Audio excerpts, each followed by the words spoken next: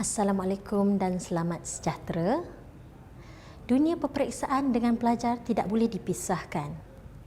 Tujuan peperiksaan adalah untuk menilai dan menguji prestasi pelajar. Tanggungjawab kamu melakukan persiapan.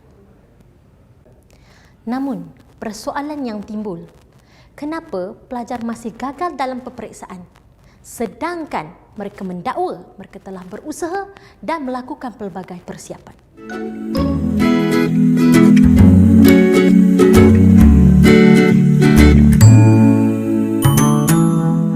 Kau tengok apa tu? Apa lagi keputusan exam lah. Oh, macam mana result kau okey? Banyak sangkut lah. Macam mana kau boleh gagal ni? Mesti assignment kau tak hantar ni kan? Hang jangan merepek no. Jangan-jangan midterm kau tak ambil ke tak? Elok sikit. Midterm aku ambil kot. Nama kau masuk dalam senarai bar tak? Tengok kaki lah bro. Aku tak pernah ponteng kelas kau tahu tak? Atau kenapa gagal? Tak lah. Jom kita jumpa Puan Nohanis. Tak payahlah jumpa saya. Dengar aja penjelasan saya kat sini. Sebelum saya memberikan penjelasan, ada 3 perkara utama yang perlu anda ketahui. Yang pertama, apakah itu penilaian formatif? Yang kedua, apakah itu penilaian summatif? Dan yang ketiga, apakah itu markah lulus minima? Pernah dengar tak penilaian formatif? Penilaian formatif adalah penilaian yang dijalankan secara berterusan, iaitu dari awal semester hinggalah ke hujung semester. Keseluruhan markah penilaian formatif dinamakan sebagai markah kerja khusus atau coursework mark. Jumlah markah penilaian formatif biasanya 60%. Contoh-contoh penilaian formatif ialah kuis, assignment, mid-sem exam, latihan amali, kajian kes, pembentangan dan lain-lain. Okey, dah faham apa itu penilaian formatif? Baik, sekarang saya terangkan pula apa itu penilaian summatif. Penilaian summatif adalah penilaian akhir. Jumlah markah penilaian summatif biasanya 40%. Ia bergantung kepada berapa jumlah markah penilaian formatif. Jumlah markah penilaian summatif tambah penilaian formatif mestilah 100%. Contoh penilaian summatif ialah peperiksaan akhir dan projek akhir khusus. Okey, faham tak apa itu penilaian summatif?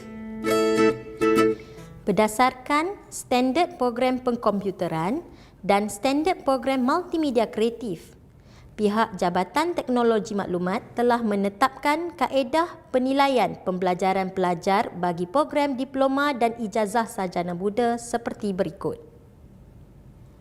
Jumlah markah penilaian formatif adalah 60% dan jumlah markah penilaian summatif adalah 40%. Markah lulus minima untuk penilaian formatif adalah 30% daripada nilai markah 60% atau 30/60. Bermaksud, pelajar perlu mendapat sekurang-kurangnya 30 markah untuk penilaian formatif. Manakala markah lulus minima untuk penilaian summatif adalah 10% daripada nilai markah 40% atau 10/40. Bermaksud, pelajar perlu mendapat sekurang-kurangnya 10 markah untuk penilaian summatif. Walau bagaimanapun, jika pelajar mendapat markah minima bagi kedua-duanya, 30 tambah 10 sama dengan 40, pelajar tersebut masih dikira gagal kerana jumlah markah keseluruhan hanya 40 markah sahaja. Jumlah markah keseluruhan bagi kedua-duanya masih perlu memenuhi standard minima 50% atau 50 markah untuk lulus dengan grade C. Begitu juga jika pelajar mendapat markah keseluruhan 50% ke atas.